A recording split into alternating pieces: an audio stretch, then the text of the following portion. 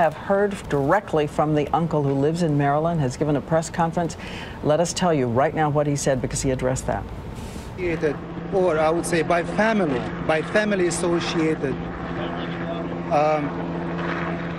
I want to start, and I will finish with that.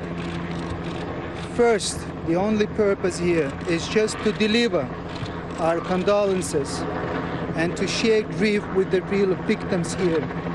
Those who've been murdered, those who've been injured, this boy, this Chinese girl, this young 29 years old girl, I don't remember Casey. I just been following this. I've been following it from day one, but never ever would imagine that somehow children of my brother would be associated with that. So it is atrocity. We're devastated. We're shocked. Yet again, I don't know, this family does not know how to share that grief with the real victims. That's pretty much. When was the last time you saw them? I don't know. We've not been in touch with that family for a number of years.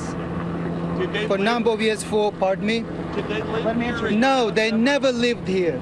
They never lived here. When's the last time you saw them? Last time I saw them was 2006. That was, I'm sorry, December 2005.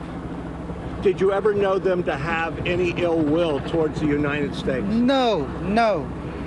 I never knew it. Even if I had a guess or something, I would just submit them myself.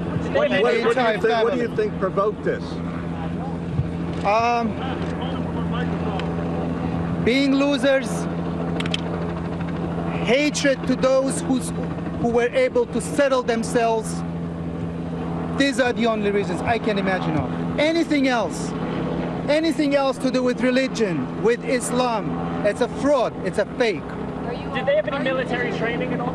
No, as much, again, I've seen them when they were kids. And any experience with guns or? I don't know. Sure, we've seen them only in 2005. We're Muslims, we're Chechens, we're ethnic Chechens. Do you have any kids who are close to them? Do you think that they got radicalized in any of the mosques in that area? If that happened, most likely, somebody radicalized them. Right. But it's not my brother, who just moved back to Russia, who spent his life bringing bread to their table, fixing cars. He didn't have time or chance or anything, option. He's been working. That's it.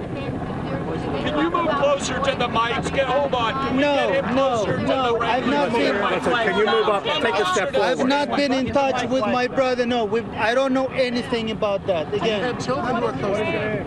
You have children? No, my family, it has nothing to do with that family. What do you think? Pardon me? Are you ashamed by what has unfolded? Of course we're ashamed. Yes, we're ashamed. They're children of my brother, who had little influence of them, honestly, as much as I know, who had little influence of them. Did he contact you? Had any contact with them? You haven't fallen out or anything? It's a personal. I didn't like it, so I just a lot of emotion right there from the uncle of the young men, the suspects in this Boston Marathon bombing. Of course, one still on the loose. David Curley, ABC's David Curley, was there at that press conference. Saw a lot of intensity there, David. Yeah, really, George, it was almost bordering on anger. I think he's just very, very angry that his nephews are implicated and suspect in this. He talked at the end of that news conference, which you didn't hear. He was asked about what he thinks about America, and he spoke very glowingly and proud about being in America. I didn't hear whether he talked about the whole thing. The father of the two suspects, who apparently is back in Russia now, he said his brother had fixed cars for years to put bread on their table. And I asked him near the end, he used that term losers in referring to his two nephews, and I asked him what he meant by that, and he was talking, I think, more generally that anybody who would do something like this were losers. And as I think you probably heard, he believes that somehow they self-radicalize.